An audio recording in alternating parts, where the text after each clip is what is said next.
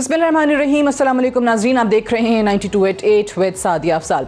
नाज़रीन, एक तरफ तो हम देख रहे हैं कि रमज़ान के महीने के बाद भी आटे और चीनी की कीमतें मुसलसल उनमें इजाफा देखने को मिल रहा है, जिसकी वजह से आवाम परेशान है।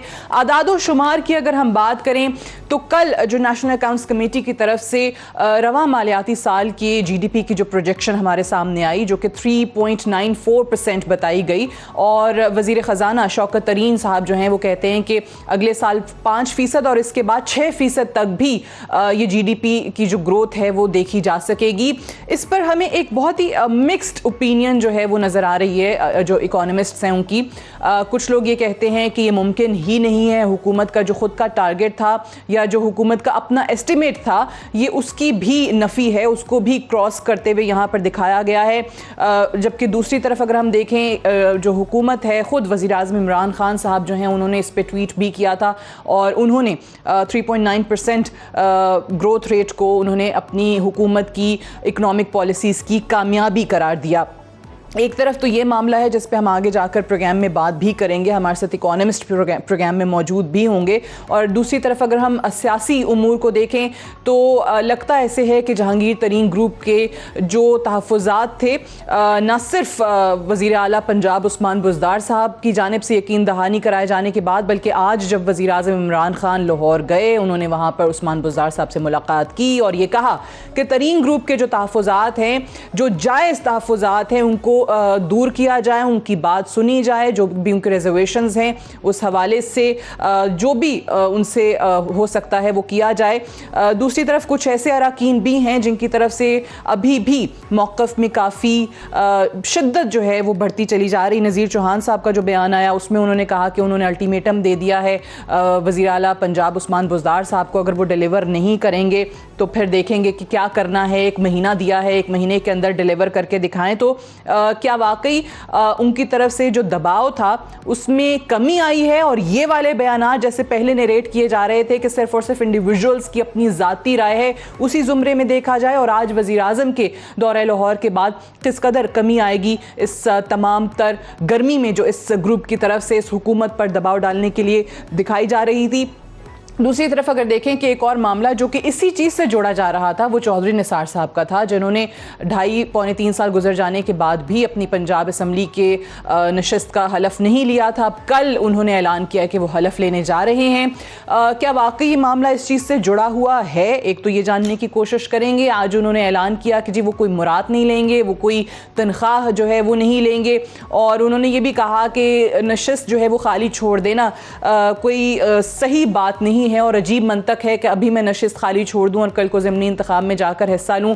तो चौधरी निसार साहब ने जो अपना एक माइंड इस वक्त चेंज किया है, उसकी इस वक्त क्या वजूहात हो सकती हैं? दूसरी तरफ पंजाब हुकूमत चौधरी निसार के सूबाई नशिस्त का हलफ उठाने से रोकने के लिए वो तैयारियां भी मुकम्मल कर रही है। अब क्यों पंजाब हुकूमत क्यों रोक रही है कि चौधरी निसार साहब हलफ ना उठाएं, इस पर भी आज के प्रोग्राम में हम बात करेंगे।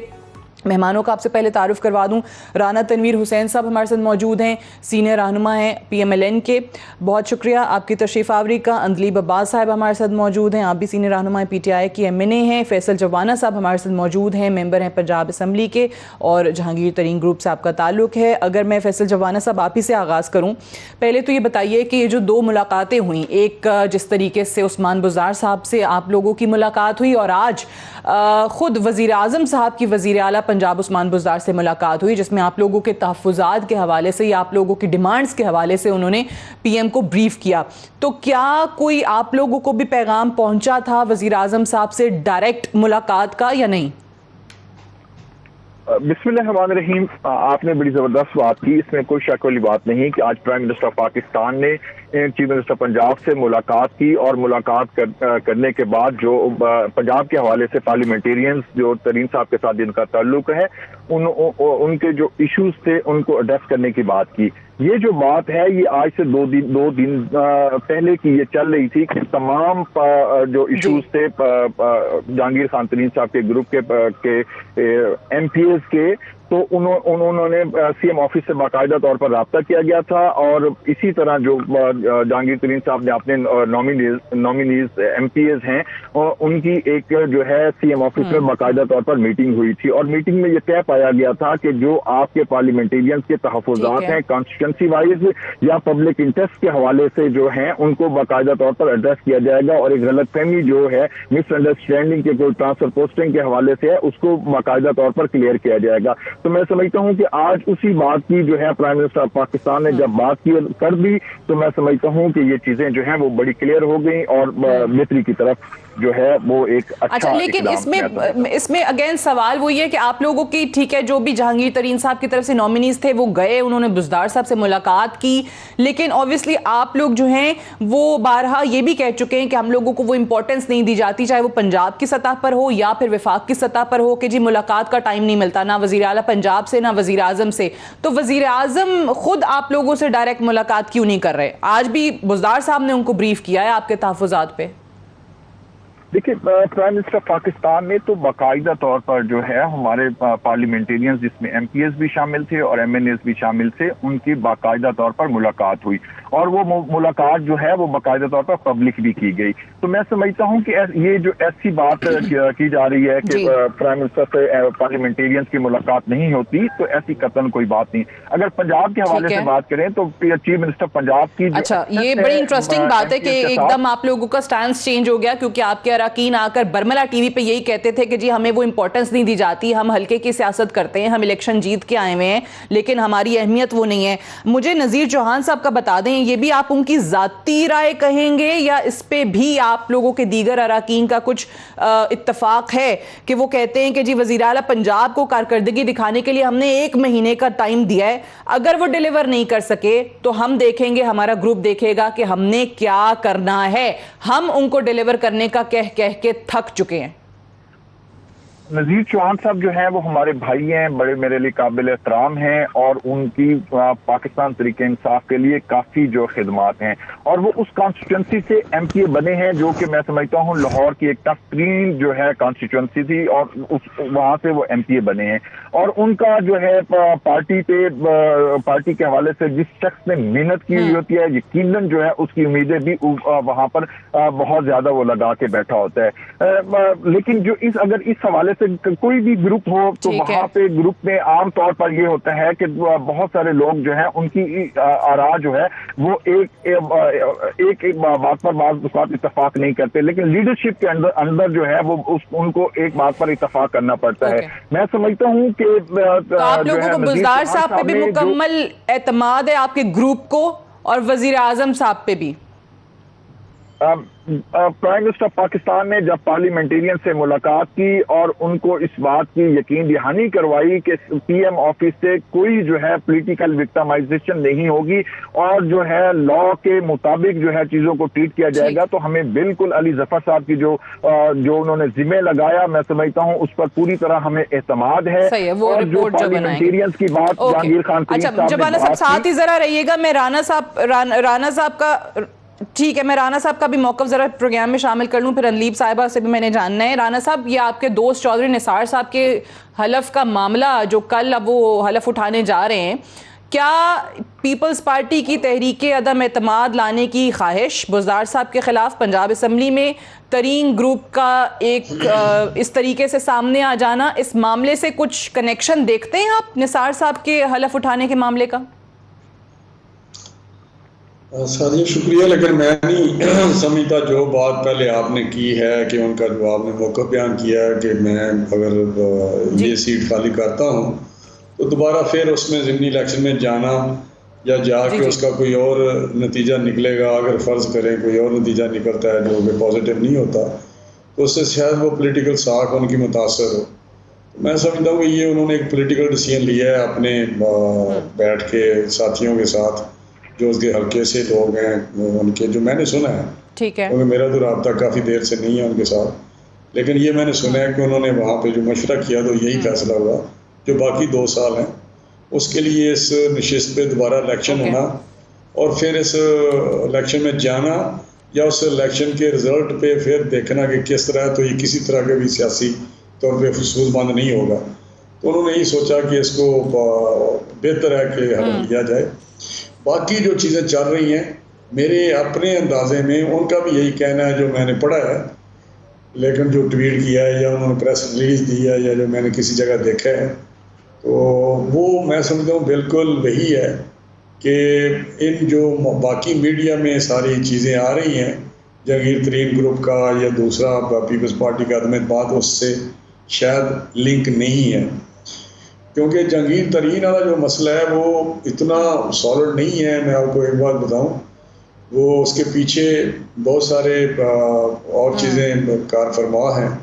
जिस तरह अभी MPA साहब कह रहे थे, एक ख़ास ग्रुप है यहाँ पे प्रोविंशियल असम्बली में जो काफ़ी उनमें डिसकंटेंटमेंट पाई जाती है।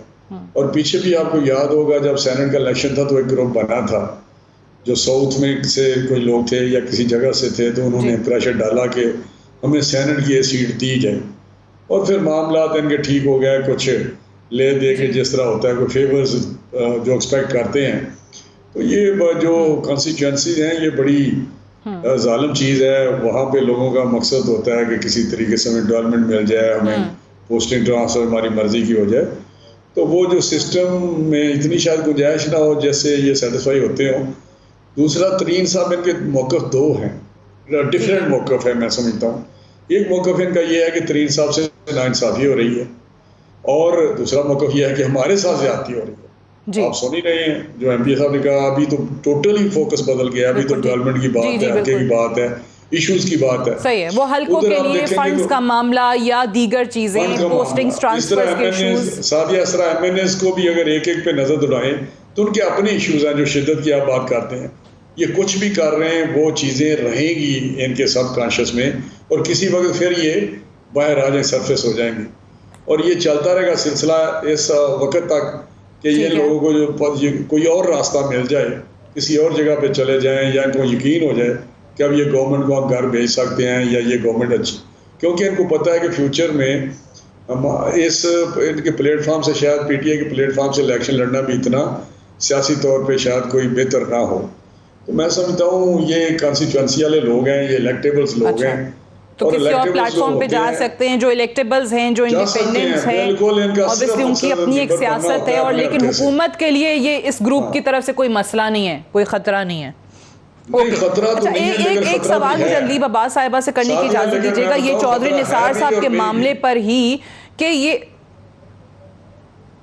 है भी और नहीं भी, ठीक है। चौधरी निसार साहब के हलफ रोकने की जो तैयारी अदलीब साहिबा पंजाब हुकूमत कर रही है, पाकिस्तान तहरीक इंसाफ की हुकूमत कर रही है, वो कहते हैं कि जी अरकान असम्बली के हलफ उठाने की मुद्दत के बारे में जो ऑर्डिनेंस है वो काबीना से मंजूर हो चुका है, और शायद इसी को जवाज़ बनाकर आप लोग चाहते हैं कि पंजाब में ये उनका हलफ ना हो। हालांकि जब तक ऑर्डिनेंस का बाज़ाब्ता नफाज नहीं हो जाता तब तक तो मेरा नहीं ख्याल कि हलफ उठाने में कोई ममानियत है किसी भी रुकन के।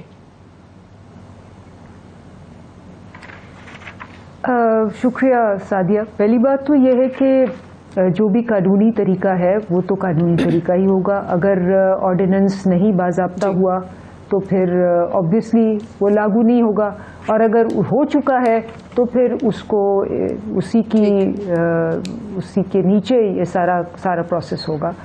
लेकिन आप एक प्रिंसिपल की बात करें ना, आप देखें अब 2.5-3 साल होने वाले हैं। अगर एक बंदा आया ही नहीं, उसने ओथ ही नहीं ली, उसने कोई असेंबली का इजलास ही अटेंड नहीं किया, उसने कोई दिलचस्पी नहीं ली असेंबली में, लेकिन वो उसका रुकन रहता है, वो उस सीट पे बैठा है, वो उस सीट की जिसको कहते हैं जितनी भी सेशंस हैं उस सीट की अपॉर्चुनिटी कॉस्ट है जो कि कोई और नहीं दे रहा। वो आके अपने हलके को रिप्रेजेंट नहीं कर रहा, वो आके अपने मौक़िफ़ को पेश नहीं कर रहा, वो तर्जुमानी नहीं कर रहा अपनी कॉन्स्टिट्यूंसी की, और वो अपना बैठ के जो भी उसके साथ उसकी एक स्टेटस है, उसकी एक प्रिविलेज है, वो उसको एंजॉय कर रहा है। तो ये तो टैक्स पेयर के पैसे के साथ, टैक्स पेयर के एतमाद के साथ, ट्रस्ट के साथ बहुत बड़ी ब्रीच है। और इस पे आप देखें कितने लोग हैं, इसहाक डार साहब हैं, वो मफरूर हैं, वो एब्सकॉन्डर हैं, वो वापस मुल्क में नहीं आएंगे, एसेट बियॉन्ड मींस उन पे केस है। तो वहां पे भी तो आप लोगों की कोशिश है ये ऑर्डिनेंस के जरिए कि इसहाक डार साहब की नशिस्त जो है वो खाली हो और उनकी जगह पे शौकत तरीन साहब को जो है वो सेनेट का रुकन मुंतखब किया जा सके, लेकिन अभी तक हुआ कुछ नहीं। देखिए बात यह है कि चाहे हमारी सीट हो, चाहे ऑपोजिशन की सीट हो, चाहे वो किसी मिनिस्टर की सीट हो या किसी ऑर्डिनरी वर्कर की सीट हो, अगर आप उस सीट पे 3 साल ना सीट छोड़ रहे हैं, ना काम कर रहे हैं, ना आप उसके प्रिविलेजेस छोड़ रहे हैं, ना आप उसको रिप्रेजेंट कर रहे हैं, तो ये तो सरासर ज्यादती है। और ये ज्यादती आपकी आवाम के साथ है, ये ज्यादती आपकी असेंबली के साथ है। आप पामाल कर रहे हैं इस ट्रस्ट को, जिस ट्रस्ट से आपको लोगों ने इस असेंबली में भेजा है, तो आप उस पर रिजाइन करें या फिर डिस्क्वालीफाई हो। और जो बंदा आके इस अवाम के एतमाद को बहाल कर सकता है, रिप्रेजेंट कर सकता है, उसको मौका दें कि वो इलेक्शन लड़के आए। ठीक है, ठीक है, ओके। मुझे जबाना साहब एक सवाल करके फिर मुझे ब्रेक की तरफ जाना है कि एक तरफ तो आज शाह महमूद साहब कह रहे थे आप लोगों के ग्रुप के हवाले से कि ये क्या कर रहे हैं, आप लोग कहते हैं कि जी साथ हैं भी और नहीं भी हैं, आप लोगों पे काफ़ी गर्जे बरसे हैं शाह महमूद साहब। उन्होंने कहा कि जी चीनी माफिया ब्लैकमेल करता है और मैं इमरान खान को ये कहता हूँ कि जी वो डट जाएं और ये कोई तरीका नहीं है कि एतमाद है भी नहीं भी, लेकिन अगर मगर करना शुरू कर देते हैं आप लोग। तो एक तो ये चीज़ सामने आ रही है कि देखें मामला शुरू हुआ तरीन साहब के ये शुगर वाले स्कैंडल से, गो के आप कहते हैं एफआईआर्स में चीनी का जिक्र नहीं है, जो भी मामलात हैं उनके अपने तहफ़्फ़ुज़ात हैं, आप लोग आके उनकी सपोर्ट में खड़े हो गए। फिर दूसरी चीज़ जैसे राना तनवीर साहब कह रहे थे कि आप लोगों के अपने इश्यूज़ हैं, हल्के की सियासत है, तरक्याती फंड्स का मामला है, ट्रांसफ़र पोस्टिंग्स पे नहीं सुना जाता है, उस पर मामला है। तो अगर आप लोगों का ये वाला मामला हल हो जाता है, फंड्स भी आ जाते हैं, आप लोगों के हल्के की सियासत को वो देखते भी हैं, तहफ़्फ़ुज़ात वहाँ पर दूर हो जाते हैं, लेकिन ये कहा जाता है जी तरीन साहब वाला मामला अलग रखिए, वो जिस तरीके से कार्रवाई, कानूनी कार्रवाई चल रही है, जो इदारे इन्वेस्टिगेट कर रहे हैं, उसको इससे सेपरेट रखें। तो फिर आप लोगों का इस पे क्या जवाब, क्या लाए हमल है? देखिए सबसे पहली बात तो ये है कि जो हमने अपनी पॉलिटिक्स जो है वो शाह महमूद कुरैशी के डिजाइन के मुताबिक नहीं करनी है। हमारा जो ऑब्जेक्टिव है, हमारी जो जिसकी तरफ हमने आगे बढ़ना है, वो हमने अपने पॉलिटिकल कैरियर्स को मद्देनजर रख के आगे बढ़ना है। हमारा पॉइंट ऑफ व्यू यह है कि हम पाकिस्तान तरीके इंसाफ का हिस्सा थे, हैं और रहेंगे। ये बात मैं नहीं कर रहा, ये बात जो है जहांगीर खान तरीन साहब ने एक दफा नहीं कई दफा बात की। और अब जो है उन लोगों को यकीनन तकलीफ है कि बाज लोगों का इस तरह इकट्ठे होने से बाज लोगों को पार्टी के अंदर इश्यूज होते हैं, उनको तकलीफ होती है और वो उससे कुछ गेन करना चाहते थे, लेकिन उनकी बदकिस्मती ये रही है कि वो उससे कुछ गेन कर नहीं सके। जब प्राइम मिनिस्टर पाकिस्तान ने इन तमाम पार्लियामेंटेरियंस को बुलाया और उनके इश्यूज को उन्होंने एड्रेस किया, तो मैं समझता हूं कि उसके बाद जो वो कुछ गेन करना चाहते थे वो गेन ना कर सके। और ठीक है, लेकिन मेरा सवाल वही है ना कि आप लोगों के इश्यूज एड्रेस हो जाते हैं, हल्के के मसाइल हल हो जाते हैं, लेकिन पीएम साहब ये भी कहते हैं कि मैं ब्लैकमेल नहीं हूंगा, ये शुगर स्कैंडल वाले मामले पे मैं किसी की नहीं सुनूंगा, जो इंक्वायरी हो रही है, जैसे इन्वेस्टिगेशन हो रही है वैसे ही चलेगी, चाहे वो तरीन साहब हो या कोई और हो, उस पर वो नहीं सुनते, तो फिर क्या करेंगे? देखिए हम तो खुद इस बात पर इत्तेफाक करते हैं कि इत्तेसाब के मामले में कंप्रोमाइज नहीं होना चाहिए, क्योंकि प्राइम मिनिस्टर पाकिस्तान की एक ऐसी शख्सियत है कि वो किसी सूरत में भी, चाहे उनकी अपनी सफ़ों के अंदर ऐसा शख्स बैठा हो या अपनी सफ़ों से बाहर बैठा हो, इत्तेसाब पर वो ये बात दुरुस्त करते हैं कि वो कंप्रोमाइज नहीं करेंगे और उन्हें करना भी नहीं चाहिए, क्योंकि पाकिस्तान तरीके इंसाफ के लोगों को जब वोट मिला है तो उसमें एक मेजर कंपोनेंट जो है वो यकीनन इत्तेसाब के हवाले से था। जो हमारा मौक़िफ़ है कि जो प्राइम मिनिस्टर पाकिस्तान ने इंटरनल अरेंजमेंट किए अपनी सेटिस्फेक्शन के लिए कि क्या ये क्रिमिनल ऑफेंस बनता था और क्या ये चीनी माफिया का जो जिक्र हर जगह किया जा रहा था, क्या इस एफआईआर में चीनी का कहीं जिक्र तक नहीं है। तो हमारा मौक़िफ़ तो था ही ये कि आप देखें कि क्या इससे जो ये 3 एफआईआर हैं, क्या ये चीनी माफिया के हवाले से हैं या उनके पर्सनल जो है बिजनेस उसके हवाले से। अगर उनके पर्सनल बिजनेस के हवाले से हैं तो अगर ये सिविल लिटिगेशन बनती है तो इसको सिविल लिटिगेशन टेकअप होनी चाहिए, और अगर क्रिमिनल ऑफेंस नहीं बनता तो ये जो क्रिमिनल ऑफेंस लेकिन ये नहीं चाहती कि खिलाफ की गई है ये ज्यादती किसी किस्म का भी कॉम्प्रोमाइज हो। थैंक यू वेरी मच, बहुत शुक्रिया। फैसल जवाना साहब हमसे बात कर रहे थे जहांगीर तरीन ग्रुप का मौक़िफ़ के, कह रहे हैं कि जी वज़ीर आज़म साहब ने यकीन दहानी कराई है और हम वज़ीर आज़म साहब के साथ हैं और तमाम तहफ़्फ़ुज़ात दूर हो गए हैं। ब्रेक लेंगे, ब्रेक से वापस आएंगे। अंदलीब साहब हमारे साथ मौजूद हैं, राना तनवीर साहब मौजूद हैं और डॉक्टर कैस असलम साहब भी हमें ज्वाइन करेंगे जो कि माहिर मौशियात हैं।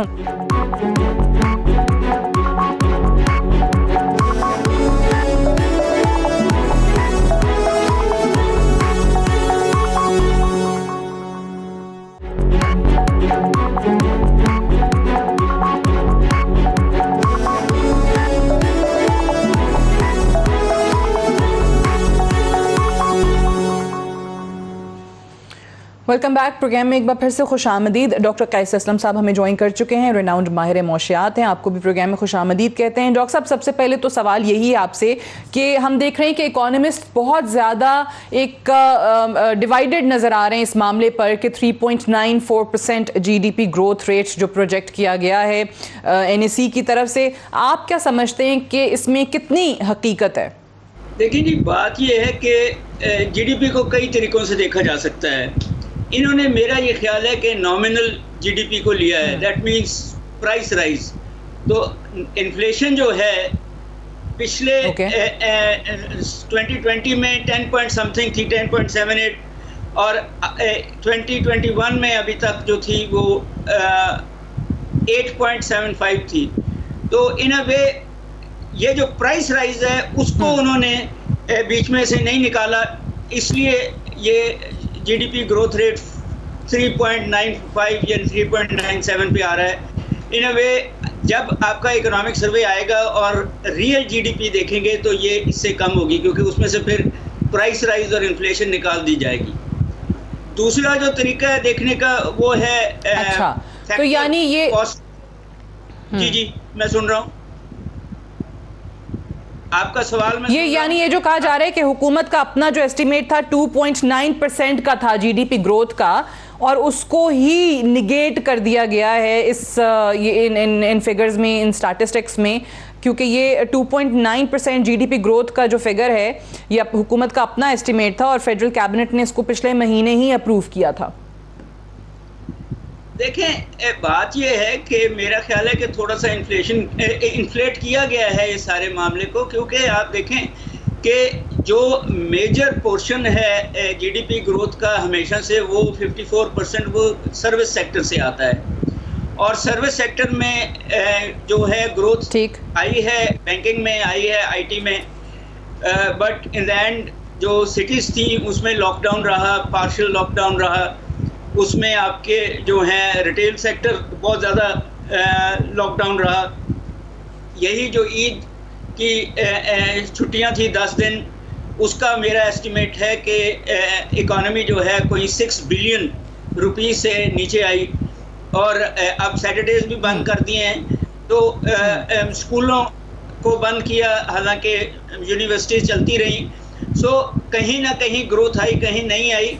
तो मैं ये मानने को तैयार नहीं हूँ कि सर्विस सेक्टर जो है उसमें स्वाय बैंकिंग और उसके इंडस्ट्री में भी इन्होंने 3 पॉइंट समथिंग का ग्रोथ दिया है। ठीक है, 3 सेक्टर्स आपके बहुत इम्पोर्टेंटली ग्रो किए। एक तो आपकी जो है टेक्सटाइल के एक्सपोर्ट्स भी, मगर आप देखें कि इंपोर्ट किया आपने कॉटन और फिर टेक्सटाइल को एक्सपोर्ट किया, तो वो वैल्यू एडिशन तो आपने बाहर दे दी। इसी तरह फार्मास्यूटिकल में आई होगी ग्रोथ इस सारे कवर्ट में, और आपकी जो ये जो है कंस्ट्रक्शन इंडस्ट्री, उसमें आपने बहुत मरातें दी। बाकी तो कोई इंडस्ट्री इस तरीके से नहीं चली जिस तरीके से ये ग्रोथ है। एग्रीकल्चर जो जहां कोविड-19 नहीं अफेक्ट किया, वहां तो 2 पॉइंट समथिंग ग्रोथ आई है। ठीक है, मैं इस पे भी आती हूँ। ये 3 सेक्टर्स का वजीर आजम ने भी जिक्र किया था। उन्होंने जब कहा था कि हमारी जो वी शेप्ड रिकवरी है वो 3 सेक्टर्स की वजह से बैलेंस हुई है, एग्रीकल्चर, इंडस्ट्री एंड सर्विसेज। 54% आपने कहा कि जी सर्विसेज सेक्टर से आता है, लेकिन वो भी इतना नहीं आया इस बार। मैं राना साहब आपसे जानना चाहती हूँ, अभी डॉक्टर साहब तो कह रहे हैं कि जी कहीं ना कहीं इन्फ्लेट किया है, ये जो आदाद शुमार दिखाए हैं, लेकिन लगता ऐसे ही है कि जो इकोनॉमिक सर्वे अभी आएगा इस मालियाती साल के अख्ताम पे, तो उसमें ये GDP नहीं होगा, ग्रोथ रेट जो है वो ये प्रोजेक्ट नहीं किया जाएगा बल्कि कम हो जाएगा। देखिए, मैं बिल्कुल डॉक्टर साहब ठीक कह रहे हैं, लेकिन मैं एक बात आपको बताऊं कि जो इंडिकेटर्स होते हैं वो सिर्फ फिगर्स, आजकल ये बड़ा अजीब सिलसिला है कि जो फिगर्स करता है, जिस तरह आपने नेशनल अकाउंट्स कमेटी की बात की, वहाँ बैठ के बड़े बड़े एक्सपर्ट हैं और वहाँ बैठ के जिस एंगल से, मुख्तलिफ एंगल से वो प्रोजेक्शन कर देते हैं। लेकिन जो वर्ल्ड, जो हमारे इदारे हैं, वर्ल्ड के IMF है या वर्ल्ड बैंक है, इवन स्टेट बैंक, वो गए बगैर जो आउटलुक देता है वो भी इस तरह की नहीं देता जिस तरह ये इन्होंने अभी प्रोजेक्शन दे दी है। तो मैं समझता हूँ कि अगर इनकी तमाम डिटेल में जाऊँ, इन्फ्लेशन रेट का कहूँ, इनका जो बाकी मामला है, रेवेन्यू की बात करूँ, जिस तरह इनकी एक्सपेंडिचर हैं या जिस तरह डेवलपमेंट PSTP बना रहे हैं, उसमें जो इतना ये पम्प इन करते हैं, उसकी जो वॉल्यूम है इतना थोड़ा है, ये डेफिनेटली एक जनरेट करता है इकोनॉमिक एक्टिविटी और कंट्रीब्यूट करता है GDP में। एग्रीकल्चर सेक्टर की बात आपने की, एग्रीकल्चर, मैं खुद एग्रीकल्चरिस्ट हूँ, उसमें पता नहीं किस तरह ये कहते हैं, जिस तरह इन्होंने पकड़ दकड़ इस तरह की है, या ये लंबी बात हो जाएगी, लेकिन मैं इस पे करंट अकाउंट की ये बात करते हैं सारिया। करंट अकाउंट का जो डेफिसिट है उसको ख़त्म करना या नैरो करना, वो एक हेल्दी होता है, एक होता है नेगेटिव। अगर डॉक्टर साहब मेरे साथ इत्तेफाक करें या इसको बियर में आउट कि जो आप इम्पोर्ट को कर्व करेंगे तो उससे आपकी इकोनॉमिक एक्टिविटी स्लो होगी या ख़त्म हो जाएगी। इन्होंने वो किया, इम्पोर्ट को बिल्कुल कर्व किया है और एक्सपोर्ट पे कोई ऐसी इंक्रीज़ नहीं आई। हेल्दी वो चीज़ है जो एक्सपोर्ट को इंक्रीज़ करे और इम्पोर्ट जो है वो उस तरह ही आती रहे जिस तरह इकोनॉमिक एक्टिविटी होती है, उसको नॉर्मल तौर पे आना चाहिए।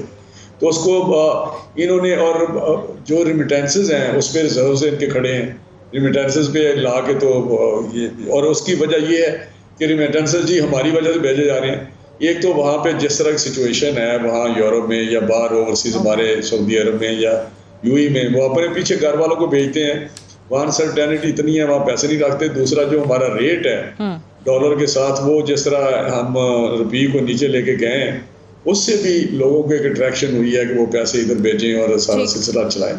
तो वो एक चीज़ जो है करंट, लेकिन सारी चीज़ों को देख के अगर करंट अकाउंट इनका एक्सपोर्ट बढ़ने से होता ना, उसका नैरो गैप, तो फिर मैं समझता ये हेल्दी चीज़ है, हेल्दी इकोनॉमिक इंडिकेटर है। लेकिन अभी जो बात ये कर रहे हैं उसमें सारी चीज़ों को आप मिला के देखें, मैं उसका जो पैमाना है वो ये करता हूँ कि क्या ट्रिकल डाउन कोई चीज़ हुई है। अगर आप समझते हैं कि इकोनॉमिक रिवाइवल हो रही है, ठीक है, ये समझ गई कि आवाम, जब भी हम बात करते हैं, बिल्कुल सही है कि जो स्टैटिस्टिक्स हैं, जो आदादो शुमार हैं या मैक्रो इकोनॉमिक इंडिकेटर्स भी हैं, चाहे किसी भी हुकूमत की तरफ से हो, देखिए आम आदमी को वो चीज़ें समझ में नहीं आती हैं, उसको नहीं समझ में आता कितने परसेंट किस चीज़ में क्या इजाफा है, कहाँ पे क्या डिक्लाइन है। वो ये देखता है कि भाई मेरे लिए जो मेरे घर में जो शय खुर्दनोश हैं उसमें कमी हुई है, नहीं हुई है, या महंगाई में इजाफा हुआ है। स्टेटमेंट देने लगा हूँ कि देखिए, लोग कहते हैं हमने इन इंडिकेटर्स को चाटना है। इंडिकेटर्स तो ये बना रहे हैं, वहाँ इकोनॉमिस्ट बैठे हैं, डॉक्टर वो वकार मसूद साहब बैठे हुए हैं और वो एक्सपर्ट है माशाल्लाह, वो ऐसी पिक्चर दिखाते हैं कि हम भी समझते थे कि सब अच्छा है। तो ये चीज़ें जो है मैं समझता हूँ कि नहीं, इन रियल टर्म आप इकोनॉमिक रिवाइवल तब देखेंगे जब हम अपने अवाम का पे उसके असरात पॉजिटिव होंगे, कोई खुशहाली आएगी या उनकी चेहरे पे रौनक होगी। अगर वो नहीं तो चलिए इसी को आगे बढ़ाते हुए अंदली अब्बास साहिबा, ये ठीक है, आपका मौक़िफ़ आ गया, यही ज़रा जान लेते हैं कि वज़ीर आज़म साहब भी कह रहे हैं कि जी हमारी इकोनॉमिक पॉलिसीज़ की कामयाबी की अक्कासी करता है जो NSE ने आदाद शुमार बताए हैं। आप लोग हुकूमत भी बड़े खुश हैं कि सही डायरेक्शन में हम लोग जा रहे हैं, लेकिन जो राना साहब ने बात की, आवाम एक्चुअली वही जानना चाहती है। आज भी जैसे मैंने प्रोग्राम के आगाज़ में कहा था कि आटे और चीनी की कीमतें जो हैं उनमें बतदरीज इजाफा होता चला जा रहा है, वो रुकने का नाम नहीं ले रहे हैं। यहाँ पर आवाम ये देखती है कि जी आप जो इकोनॉमिक इंडिकेटर्स बताते हैं कि बहुत पॉजिटिव हो गए, बड़े अच्छे हो गए, उसका ट्रिकल डाउन इफेक्ट क्या है, उसका फ़ायदा हमें क्या हो रहा है? शुक्रिया सादिया, और चूँकि आपने उनकी बहुत तसल्ली से बात सुनी है तो मेरा भी अब तसल्ली से आप जवाब सुनना, बिकॉज बहुत सारे पॉइंट्स हैं जिन पे बहुत सारे कमेंट्स दिए गए हैं जिनकी मैं तशरीह करना चाहती हूँ। पहली बात तो ये याद रखें कि ये जो एक साल था, ये 100 साल का बदतरीन साल था दुनिया की तारीख में, और मईशत के लिहाज से इसने दुनिया की बड़ी बड़ी मईशतों को तबाह कर दिया। यूएसए में आपने देखा क्या हुआ, यूके में आपने देखा क्या हुआ, इंडिया में आपने देखा क्या हुआ। कोरोना और मईशत, क्योंकि वो ऑब्वियसली जब आप लॉकडाउन करते हैं, बंद करते हैं, तो आपकी मईशत नीचे जाती है। ये बदतरीन किसी भी पॉलिटिकल पार्टी के लिए कोरोना जो है और ये जो मईशत जो है वो 100 साल में इससे ज्यादा चैलेंजिंग नहीं हो सकती। उस कोरोना के साल में चले इनकी बात ही ले लें, जो कहते थे कि जी 1% और 0.04% और इतनी है हमारी ग्रोथ रेट, अब खुद कह रहे हैं कि नहीं जी 3% तो है, लेकिन शायद 3.94% ना हो। तो ये तो पहले मान गए कि 3% तो है, और ये सारी प्रोजेक्शंस के 3% भी सारी प्रोजेक्शंस के ऊपर है। अब 3.94 कैसे आया? फैक्ट्स हैं, बिल्कुल ये फैक्ट्स आप चेक कर सकते हैं। नंबर 1, आपकी एक्सपोर्ट तारीखी कभी इतनी एक्सपोर्ट नहीं हुई, आपकी तारीखी एक्सपोर्ट हुई। नंबर 2, आपकी टैक्स रेवेन्यू कलेक्शन तारीखी है, 17% ग्रोथ है उसके अंदर। नंबर 3, आपकी लार्ज स्केल मैन्युफैक्चरिंग जो है, जिसे इंडस्ट्रियलाइजेशन आप कहते हैं, उसमें आपने देखा कि सबसे ज्यादा ग्रोथ, सबसे ज्यादा जिसको कहते हैं 3.6% हुई, जिसमें आपकी कंस्ट्रक्शन में, सीमेंट में और तमाम एलाइड इंडस्ट्रीज के अंदर बूम आया। सर्विस सेक्टर पे 4.4% हुई, और एग्रीकल्चर जो कि माइनस में जा रहा था, वीट की सबसे ज्यादा highest ever production of wheat है, राइस है, मेज है, एंड सेकंड हाईएस्ट प्रोडक्शन जो है वो गन्ने की है। अब आप कहते हैं कि ये सारे मिला के, और आपके ये उसके अलावा रोशन डिजिटल अकाउंट, ये सारा मिला के अगर 3.94 नहीं हो सकता तो ठीक है, ये चैलेंज करें, बिल्कुल आए, फैक्ट्स के साथ आए, फिगर्स के साथ आए। टेक्सटाइल आपने कहा, सबसे इंपॉर्टेंट बात, ओके, एग्रीकल्चर आपने कहा, और रेमिटेंसेस कहा। सुन लें, नहीं मैंने कहा एक्सपोर्ट्स का, मैंने आपको कहा कि एग्रीकल्चर का, मैंने आपको सर्विसेज इंडस्ट्री का कहा, मैंने कहा टैक्स रेवेन्यू बढ़ा है आपका, मैंने आपको कहा कि आपके रोशन डिजिटल अकाउंट से आपको कहे हैं, और बेशुमार और चीजें। मैं आपसे जो कह रही हूं कि ये करते क्या थे, ये करते ये थे कि इन्होंने पाकिस्तान ब्यूरो ऑफ स्टैटिस्टिक्स को फाइनेंस मिनिस्ट्री के नीचे लगाया हुआ था, और ये जो बहुत देर से एक था कि जी फाइनेंस मिनिस्ट्री के नीचे नहीं होना चाहिए, इन्होंने नहीं किया उसको इंडिपेंडेंट, हमने किया आके। The Pakistan bureau of statistics is no longer under the finance ministry, वो प्लानिंग के साथ काम करता है। अब ये देखें कि अगर ये समझते हैं कि ये सारे फिगर्स जो हैं ये गलत हैं, तो ये अपने काउंटर फिगर्स लेके आए, ये प्रूफ करें कि वीट जो थी वो हाईएस्ट एवर नहीं थी, इनके पास जो फिगर्स हैं वो ले आए। इनके पास अगर एक्सपोर्ट्स के फिगर्स हैं, क्योंकि वो तो रिकॉर्डेड होते हैं, हर दफा एक्सपोर्ट काउंटर फिगर्स आप कहते हैं कि लेकर आए, अगर इनको लगता है कि ये जो सारे आदाद शुमार हैं और जिन सेक्टर्स के स्पेशली आपने बताए हैं कि जिनमें बेहतरी आई और जिनकी वजह से ये पॉसिबल हुआ है कि 3.94% जीडीपी ग्रोथ रेट आपका आ रहा है। मुझे एक ब्रेक लेनी है, ब्रेक से वापस आएंगे तो डिस्कशन को हम यहीं से आगे बढ़ाएंगे। Stay tuned.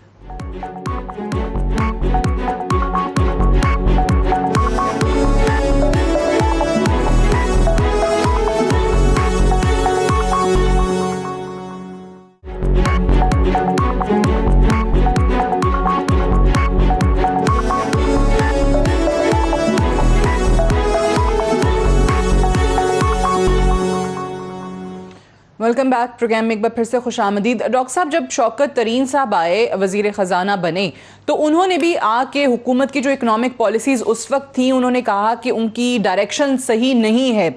लेकिन अब शौकत तरीन साहब जो हैं वो बहुत ही रोज़ी पिक्चर प्रेजेंट कर रहे हैं। वो 5% अगले साल और उसके बाद वो कहते हैं 6% तक जो है वो ग्रोथ रेट चला जाएगा। कितनी इसमें हकीकत है, ये इंप्रेशन कितना दुरुस्त है? देखें, अगर पिछली हुकूमत में जा सकता है 5.2 या 5.7, तो ये भी उस लेवल पे ले जा सकते हैं, कोई ऐसा इशू नहीं है। स्ट्रक्चर्स का इशू है कि मगर जो आपके चारों फैक्टर्स ऑफ प्रोडक्शन हैं, लैंड आपकी अनप्रोडक्टिव है इररिस्पेक्टिवली, मैं किसी गवर्नमेंट की बात नहीं कर रहा, लेबर आपकी अनप्रोडक्टिव है इररिस्पेक्टिवली, एजुकेशन और स्किल्स आप देते नहीं हैं, फाइनेंस में शायद आप बेहतर हो मगर मशीनों का जो कैपिटल है वो आपको इंपोर्ट करना पड़ता है, कुछ ही नहीं करते। और एंटरप्रेन्योर्स भी आपके जो अच्छे हैं, जो अच्छे यूनिवर्सिटियों से जाते हैं, वो बाहर चले जाते हैं। तो अभी स्वाय 1-2-5% इंडस्ट्री के आपके पास चारों फैक्टर्स ऑफ प्रोडक्शन जो हैं वो उस लेवल के ही नहीं है कि आप इस ग्रोथ को दे दें। दूसरा जो ट्रिकल डाउन इफेक्ट की बात की है वो ये है कि 20 to 25% इस मुल्क की जो अपर क्लासेस हैं, जिसमें मिडिल क्लासेस भी आती हैं, उनका हो जाएगा।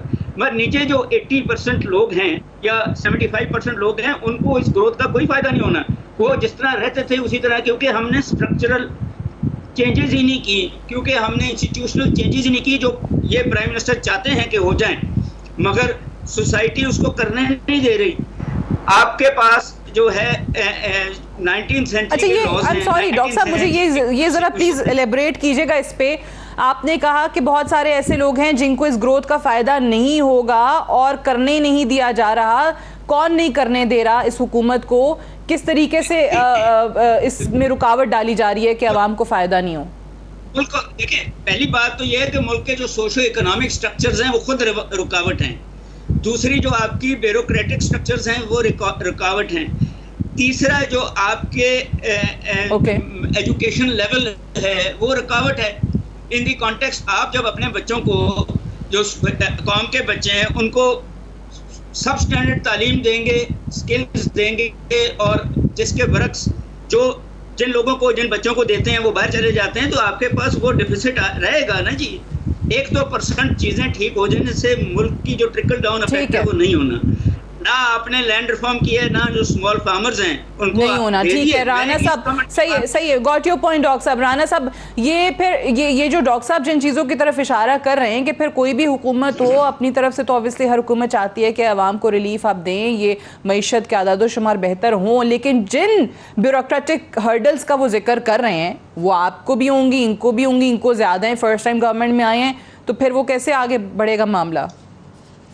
देखिए, मैं डॉक्टर साहब से इत्तेफाक नहीं करता। वो इकोनॉमिस्ट हैं, बेहतर बात हो उनकी, ज़्यादा क्रेडिबल लोग समझेंगे। लेकिन मैं समझता हूँ कि ये चीज़ें जो हैं वो कंट्रीब्यूट करते हैं। लोग, अगर एक इंडस्ट्री चल रही है, उसमें ग्रोथ हो रही है, तो डेफिनेटली जीडीपी में उसकी इंक्रीज आएगी। लेकिन हो क्या रहा है यहाँ, मैं समझता हूँ ये जिस तरह ग्रोथ दिखा रहे हैं इंडस्ट्री की, उस तरह पिक्चर नहीं है ये जो पेंट कर रहे हैं या दलीप साहब कर रही हैं।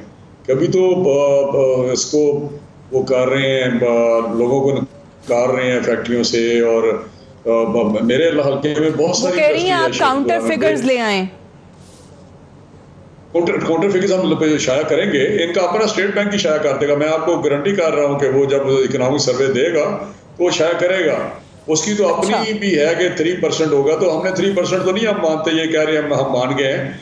दूसरी बात रही जो कही है कि इन्होंने कि जी फायदा नहीं पहुंचता। देखिए, गवर्नमेंट जो होती है, ब्यूरोक्रेसी हो, कोई हो, जो गवर्नमेंट ऊपर होती है, हुक्मरान होते हैं, उनका मकसद होता है कि हमने फ़वाद जो है वो नीचे की सतह पर पहुँचाने हैं।